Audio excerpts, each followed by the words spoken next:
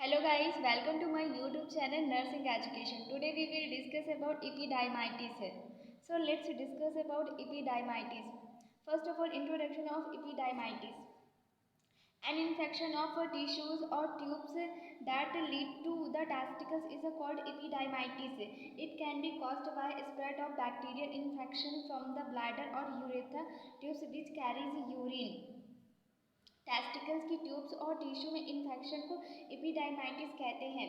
It can be caused by spread of bacterial infection from the bladder और urethra. यह bacterial infection की वजह से हो सकता है। ब्लैडर और यूरेथ्रा के थ्रू ये बैक्टीरियल इन्फेक्शन स्प्रेड होने की वजह से एपिडाइमाइटिस पेशेंट को हो सकता है। एपिडाइमाइटिस का टोटल मीनिंग ये हो जाएगा कि टेस्टिकल्स में जो ट्यूब्स प्रेजेंट रहती हैं उसमें इन्फेक्शन को एपिडाइमाइटिस कहते हैं। This is the introduction of epididymitis. Now we will discuss about definition of epididymitis. Epididymitis is an infection of the epididymis that usually spreads from the urethra or bladder. Epididymis में infection को epididymitis कहते हैं और ये urethra और bladder से spread होता हुआ एपिडाइमिस में होता है। This is the definition of epididymitis. Epididymis में इन्फेक्शन को एपिडाइमाइटिस कहते हैं। Now we will discuss about causes or etiology which can cause epididymitis. First is a UTI, urinary tract infection की वजह से पेशेंट को एपिडाइमाइटिस हो सकता है। बैक्टीरियल प्रोस्टेसाइटिस की वजह से एपिडाइमाइटिस हो सकता है। Gonococcal and non gonococcal bacterial urethritis की वजह से एपिडाइमाइटिस हो सकता है। Urethral structure disease, E coli bacteria की वजह से पेशेंट को एपिडाइमाइटिस हो सकता है। These are the causes or etiology which can cause epididymitis. Now we will discuss about clinical manifestations in case of epididymitis.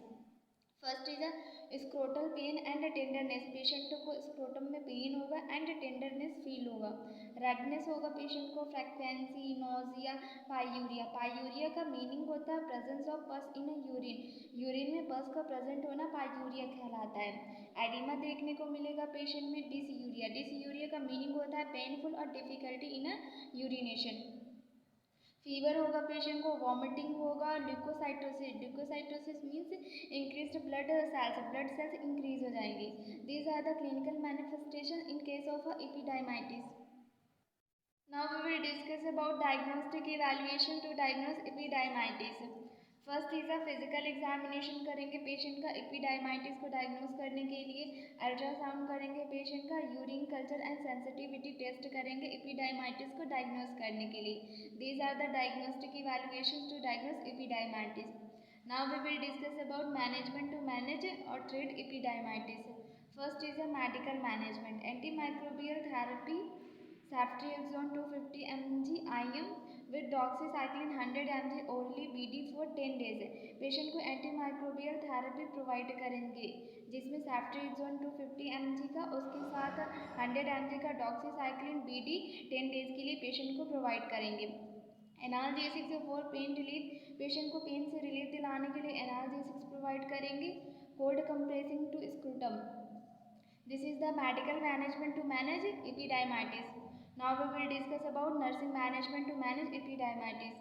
Advised to take rest lying down with the scrotum elevated। Patient को rest करने के लिए advise करेंगे। Apply ice packs to the painful area. जिस area में pain हो रहा है वहाँ पर आइस पैक अप्लाई करने के लिए पेशेंट को एडवाइज करेंगे। Provide medication as a prescribe. जिस तरह मेडिकेशन प्रिस्क्राइब की गई है वैसे पेशेंट को प्रोवाइड करेंगे। These are the all about epididymitis. Thank you so much. If you like my video then like, subscribe and share my channel.